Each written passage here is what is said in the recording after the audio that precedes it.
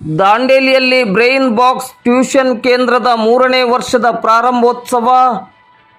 ಪ್ರೌಢಶಾಲಾ ವಿದ್ಯಾರ್ಥಿಗಳಿಗಾಗಿ ದಾಂಡೇಲಿ ನಗರದ ಉತ್ಕೃಷ್ಟ ಗುಣಮಟ್ಟದ ಕಲಿಕಾ ಕೇಂದ್ರವಾಗಿ ಗಮನ ಸೆಳೆದಿರುವ ಬ್ರೈನ್ ಬಾಕ್ಸ್ ಟ್ಯೂಷನ್ ಕೇಂದ್ರದ 3ನೇ ವರ್ಷದ ಪ್ರಾರಂಭೋತ್ಸವ ಕಾರ್ಯಕ್ರಮವು ಇಂದು ಬುಧವಾರ ಸಂಜೆ 5 ಗಂಟೆಗೆ ದಾಂಡೇಲಿಯ ಸಂದೇಶ್ ನ್ಯೂಸ್ ಕಾರ್ಯಾಲಯದಲ್ಲಿ ಜರುಗಿತು.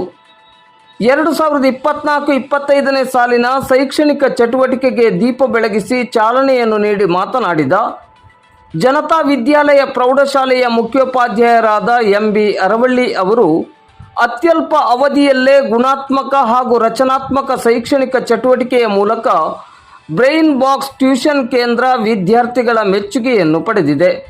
ವಿದ್ಯಾರ್ಥಿಗಳು ನಿರಂತರವಾದ ಕಲಿಕಾ ಚಟುವಟಿಕೆಯಲ್ಲಿ ತೊಡಗಿಸಿಕೊಂಡಾಗ ಶೈಕ್ಷಣಿಕ ಸಾಧನೆಯನ್ನು ಮಾಡಲು ಸುಲಭ ಸಾಧ್ಯ.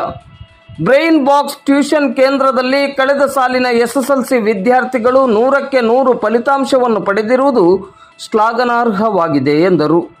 ಮುಖ್ಯ ಅತಿಥಿಗಳಾಗಿ ಭಾಗವಹಿಸಿ ಮಾತನಾಡಿದ ನಗರಸಭೆಯ ಸದಸ್ಯರಾದ ಬುದಿವಂತಗೌಡ ಪಾಟೀಲ್ ಅವರು, ಇಡೀ ಜಗತ್ತಿನಲ್ಲಿ ಶಿಕ್ಷಣಕ್ಕೆ ಇರುವ ಬೆಲೆ ಮತ್ತು ಗೌರವ ಯಾವುದಕ್ಕೂ ಇಲ್ಲ.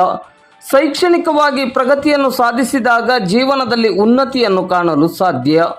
ಶರವೇಗದಲ್ಲಿ ಬೆಳೆಯುತ್ತಿರುವ ತಾಂತ್ರಿಕ ಯುಗದಲ್ಲಿ ಶಿಕ್ಷಣದ ಪಾತ್ರ ಬಹುಮುಖ್ಯವಾಗಿದೆ.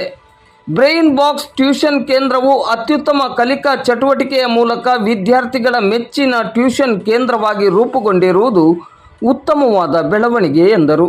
ಇನ್ನೋರ್ವ ಮುಖ್ಯ ಅತಿಥಿ ಮದನ್ ಶೇಟ್ ಅವರು ಸಂದರ್ಭೋಚಿತವಾಗಿ ಮಾತನಾಡಿ ವಿದ್ಯಾರ್ಥಿಗಳಿಗೆ ಶುಭವನ್ನು ಹಾರೈಸಿದರು. ಬ್ರೈನ್ ಬಾಕ್ಸ್ ಟ್ಯೂಷನ್ ಕೇಂದ್ರದ ಮಾರ್ಗದರ್ಶಕರಾದ ಪತ್ರಕರ್ತ ಸಂದೇಶ್ ಎಸ್ ಜೈನ್ ಅವರು ಬ್ರೈನ್ ಬಾಕ್ಸ್ ಟ್ಯೂಷನ್ ಕೇಂದ್ರದ ಉದ್ದೇಶವನ್ನು ವಿವರಿಸಿದರು. ಬ್ರೈನ್ ಬಾಕ್ಸ್ ಟ್ಯೂಷನ್ ಕೇಂದ್ರದ ಶಿಕ್ಷಕರಾದ ಮಹಂತೇಶ್ ಹಿರೇಮಠ ಅವರು ಬ್ರೈನ್ ಬಾಕ್ಸ್ ಟ್ಯೂಷನ್ ಕೇಂದ್ರ ಬೆಳೆದು ಬಂದ ಹಾದಿ ಹಾಗೂ ಸಾಧನೆಯನ್ನು ವಿವರಿಸಿದರು. ಬ್ರೈನ್ ಬಾಕ್ಸ್ ಟ್ಯೂಷನ್ ಕೇಂದ್ರದ ಶಿಕ್ಷಕಿ ಪದ್ಮಶ್ರೀ ಎಸ್ ಜೈನ್ ಅವರು ಸ್ವಾಗತಿಸಿದ ಕಾರ್ಯಕ್ರಮಕ್ಕೆ ಶಿಕ್ಷಕರಾದ ಬಸವರಾಜ್ ವಂದಿಸಿದರು. ಶಿಕ್ಷಕರಾದ ಮಹಂತೇಶ್ ಹಿರೇಮಠ ಅವರು ಕಾರ್ಯಕ್ರಮವನ್ನು ನಿರೂಪಿಸಿದರು.